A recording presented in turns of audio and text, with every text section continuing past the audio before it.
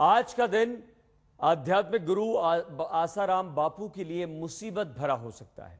उन पर गिरफ्तारी की तलवार लटक रही है और नाबालिग से बलात्कार के केस में किसी भी वक्त आसाराम बापू की गिरफ्तारी हो सकती है।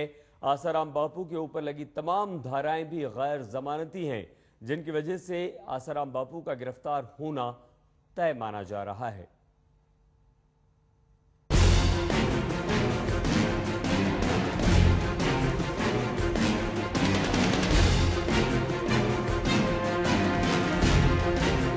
क्या आज गिरफ्तार होंगे आसाराम?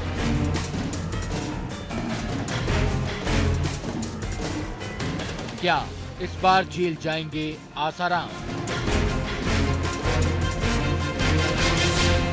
क्या बंद होंगे आसाराम के आश्रम?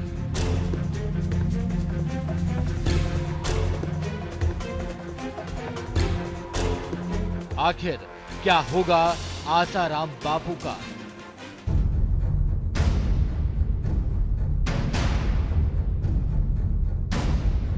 संगीन से संगीन आरोपों को हवा में उड़ाने वाले आसाराम बापू के ऊपर लटक रही है गिरफ्तारी की तलवार। इस बार नाबालिग से रेप और छेड़छाड़ का संगीन मामला आसाराम बापू के खिलाफ दर्ज हुआ है। दिल्ली के कमला मार्केट थाने में दर्ज की गई रिपोर्ट के मुताबिक आसाराम ने जोधपुर के अपने आश्रम में न सिर्फ नाबालिग लड़की का यौन शोषण किया, बल्कि इसके बारे में किसी को बताने या मुंह खोलने पर उसे जान से मारने की धमकी तक दी। दिल्ली पुलिस ने आसाराम बापू के खिलाफ आईपीसी की धारा 376 यानी रेप, धारा 354 यानी छेड़छाड़, 506 यानी जान से मारने की कोशिश और पोस्को यानी protection of children from sexual offences act की धाराओं के तहत मामला दर्ज कर दिया है। हमको एक माइनर लड़की से सेक्सुअल असॉल्ट की कंप्लेंट मिली थी। उसके ऊपर हमने एफआईआर दर्ज की है। ये 0 एफआईआर है क्योंकि ये घटना जो है जोधपुर में हुई है, इसलिए हमने 0 एफआईआर दर्ज करके लड़की का जो बयान है वो 164 सीआरपीसी में जुडिशियल मैजिस्ट्रेट के सामने भी रिकॉर्ड करवा दिया है। और उसके बाद इस केस से संबंधित सारे पेपर्स को हमने जोधपुर पुलिस को ट्रांसफ़र कर दिया है। फर्दर इन्वेस्टिगेशन इस केस में जितनी भी होगी वो जोधपुर पुलिस करेगी। आसाराम बापू के खिलाफ लगाई गई धाराएं गैर जमानती हैं, लिहाजा माना जा रहा है कि इस बार आसाराम का गिरफ्तारी से बचना मुश्किल है। 16 साल की ये नाबालिग लड़की मध्य प्रदेश के छिंदवाड़ा में बने आसाराम के गुरुकुल में 12वीं क्लास में पढ़ रही थी। पुलिस में लड़की ने जो रिपोर्ट दर्ज कराई है उसके मुताबिक अगस्त के पहले हफ्ते में लड़की की तबीयत बिगड़ गई। तब वो छिंदवाड़ा के गुरुकुल में ही थी। आसाराम बापू ने लड़की को तंत्र विद्या से ठीक करने के लिए जोधपुर बुलाया। लड़की के आरोपों के मुताबिक जोधपुर में उसके साथ बलात्कार हुआ। लड़की का आरोप है कि आसाराम बापू और उनके एक और साथी ने उसके साथ बलात्कार किया। मामले की जांच करने के लिए दिल्ली पुलिस की टीम जोधपुर पहुंची है। जोधपुर पुलिस ने भी आसाराम बापू के आश्रम को सील कर दिया है और जांच के लिए टीम भी बना दी है। प्राइमरी स्टेज की जो इन्वेस्टिगेशन है वो कमला मार्केट थाने द्वारा की गई और उसके बाद वो डीसीपी ऑफिस पश्चिम में बालिका को लेकर दिल्ली पुलिस की टीम पहुंची। उसके बाद हमने ये मुकदमा महिला थाना पश्चिम में मुकदमा दर्ज करवा दिया है। मुकदमा दर्ज होने की प्रक्रिया अभी जारी है। आसाराम बापू पर कानून का शिकंजा कस गया है।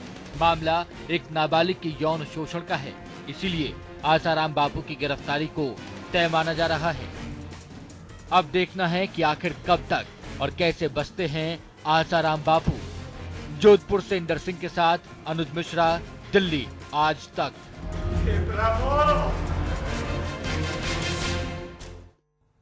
संगीन आरोपों में घिरने के बाद आसाराम बापू किसी के सामने नहीं आए, न ही मीडिया को उन्हें मिलने का कोई वक्त दिया। हालांकि उनके आश्रम ने आरोपों को सिरे से खारिज कर दिया है, लेकिन आसाराम बापू की चुप्पी पर कई सारे सवाल अब खड़े हो रहे हैं।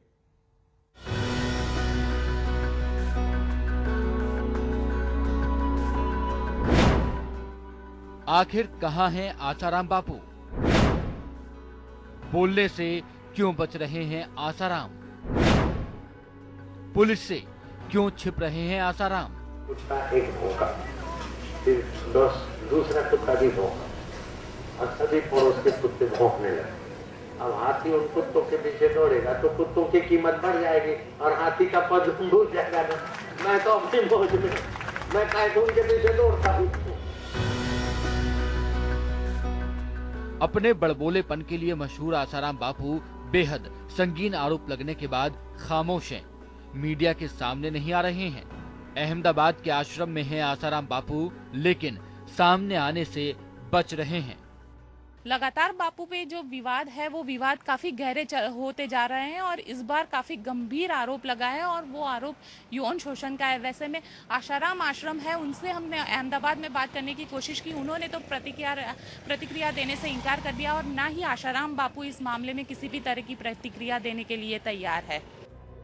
हालांकि आसाराम बापू के आश्रम की तरफ से प्रेस नोट जारी हुआ है। आश्रम ने आसाराम के ऊपर लगे सभी आरोपों को सिरे से खारिज किया है। आसाराम बापू के मीडिया प्रभारी सुनील वानखेड़े की तरफ से जारी प्रेस नोट में कहा गया है, एक सोची समझी साजिश के तहत एक नाबालिग लड़की से आरोप लगवाया गया है। आरोप लगाने वाली लड़की ने कहा है कि 15 अगस्त को जोधपुर में उसके साथ बलात्कार हुआ। ये बिल्कुल निराधार और झूठ है, क्योंकि बापूजी 15 अगस्त को जोधपुर आश्रम में थे ही नहीं। आसाराम बापू के अहमदाबाद आश्रम की तरफ से जारी प्रेस नोट में लड़की के लगाए गए आरोपों पर शक की उंगली भी उठाई गई है।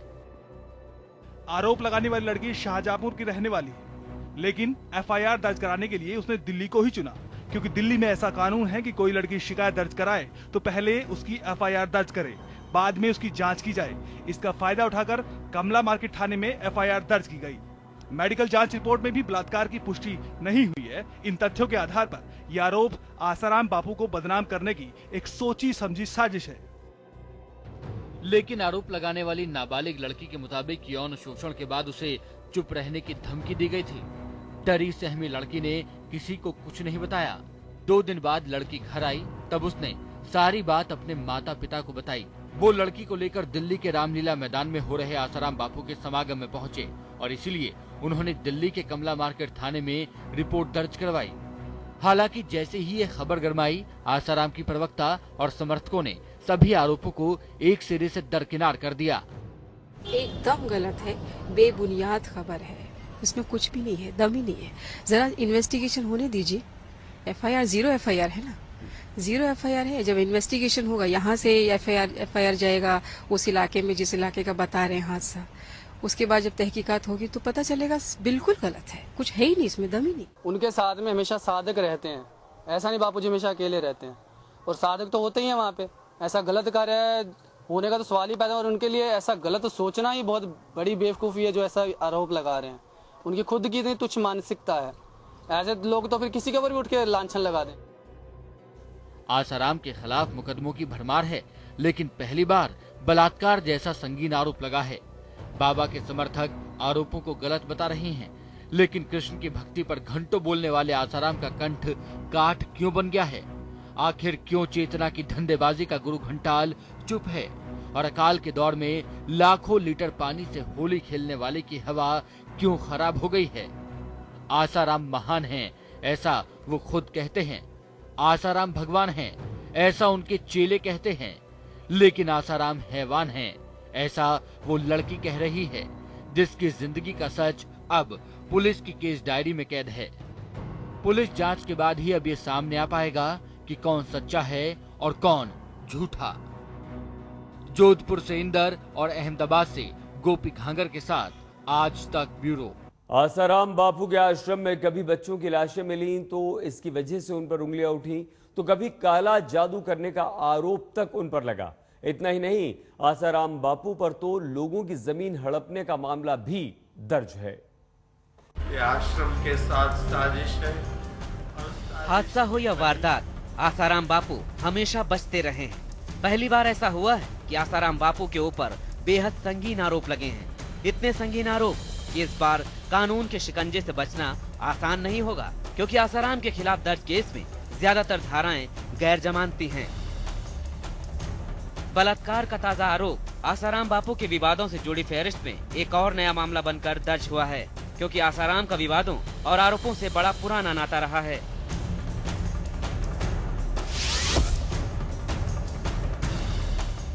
सबसे सनसनीखेज मामला सामने आया था जुलाई 2008 में, जब आसाराम के अहमदाबाद आश्रम में पढ़ने वाले 2 मासूम बच्चों की लाश आश्रम के साथ बहने वाली साबरमती नदी में मिली थी। बच्चों के परिजनों ने इसका जिम्मेदार आश्रम को ठहराया था। पुलिस ने भी अपने हलफनामे में आश्रम में चलने वाले काले जादू और दूसरी रहस्यमयी कारस्तानियों का खुलासा किया था।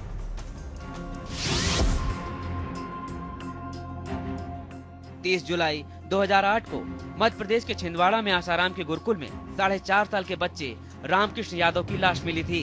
अगले ही दिन इसी आश्रम के बाथरूम में एक और बच्चे की रहस्यमयी हालत में मौत हो गई थी। हालांकि पुलिस ने इस मामले में इस स्कूल के ही 9वीं क्लास में पढ़ने वाले एक बच्चे को पकड़ा, जो किसी भी हाल में आश्रम की कैद से आजाद होना चाहता था।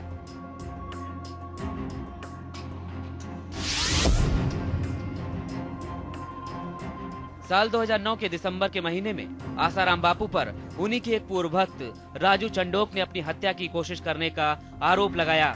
वारदात तब हुई थी जब राजू एक रात बाइक से अपने घर लौट रहे थे, तो अंधेरे में 2 लोगों ने उन पर गोली चलाई। गुजरात पुलिस ने आसाराम बापू को इस मामले में नामजद किया था। इतना ही नहीं, संसार को मोहमाया से मुक्त होने का भाषण देने वाले आसाराम पर जमीन हड़पने का भी आरोप जड़ा गया। जनवरी 2009 में गुजरात के लैंड डिपार्टमेंट के सर्वे में पाया गया कि आसाराम के आश्रम के लिए अहमदाबाद और गांधीनगर में करीब 65,000 वर्ग मीटर की जमीन पर अवैध कब्जा किया गया है। दिसंबर 2009 में इस अवैध कब्जे को खाली करने का आदेश भी सुनाया गया था। आसाराम आश्रम की दिल्ली इकाई पर दिल्ली की एक बुजुर्ग महिला सुदर्शन कुमारी ने आरोप लगाया था कि फर्जी दस्तावेजों से उनके राजौरी गार्डन के घर की एक मंजिल को आश्रम की प्रॉपर्टी बना दिया गया है। अब एक बार फिर आसाराम बापू आरोपों के घेरे में हैं। बड़ी बात यह है कि इस बार कानून के शिकंजे से बचने की उनकी उम्मीद बेहद कमजोर है। आज तक ब्यूरो।